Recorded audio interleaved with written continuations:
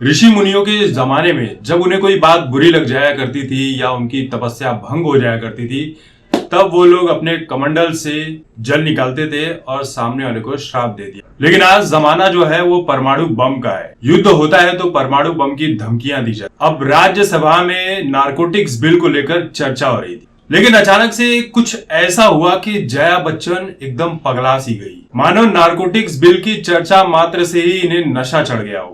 जया बच्चन इस कदर चीख चिल्ला रही थी कि चीखते चिल्लाते हुए उनकी सांसें उखड़ने लगी।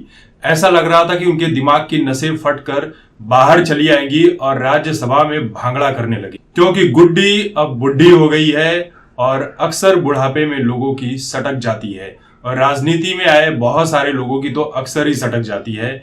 बिना बात के गुस्सा, बिना बात के ही कोई मकसद नहीं होता, कोई कुछ होता ही नहीं है, लेकिन चर्चा के लिए चीखना चिल्लाना शुरू कर देते हैं। जया बच्चन के थाली में छेद वाला जो ऐतिहासिक डायलॉग था, जिसके चलते इस देश की जनता ने बच्चन परिवार की माताजी और बहन जी करके रखी है, अब जया बच्चन ने एक नया डायलॉग दे दिया है। बीजेपी वालों को श्राप दे दिया है कि तुम्हारी सरकार अब नहीं आ पाएगी, तुम्हारे अच्छे दिन नहीं आएंगे, ये मैं श्राप देती हूं। लेकिन इसी बीच खबर एक ये भी निकल कर आई कि रेखा ने, अब एक कटाक्ष है, रेखा ने ऐसा कहा नहीं है, तो रेखा ने मन ही मन में सोचा होगा कि जया बच्चन के श्राप का कोई भी फर्क पड़ने वाला नहीं है, मैं गारंटी लेती हूं। अब देखिए, जिसके अच्छे दिन आने हैं उसके अच्छे दिन तो चल ही रहे हैं, कब के आ चुके हैं, और जिसके बुरे दिन चल रहे हैं वो विपक्ष में बैठकर चीख रहा है, चिल्ला रहा है, क्योंकि उसके पास कोई मुद्दा ही नहीं बचा है। बॉलीवुड को लेकर जो ड्रग्स की बातें चल रही हैं, ये जया बच्चन को बहुत बुरी लगती हैं कि बॉलीवुड को बर्बाद किया जा रहा है, अपमानित किया जा रहा है कलाकारों को ड्रग्स वाले मामले की जांच से।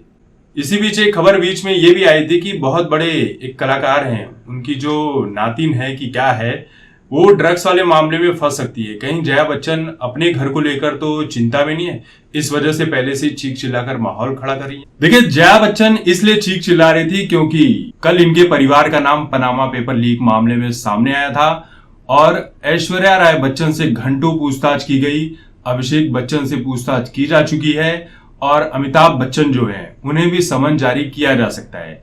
तो ये जो चीजें हैं ये जया बच्चन को बुरी लग रही है।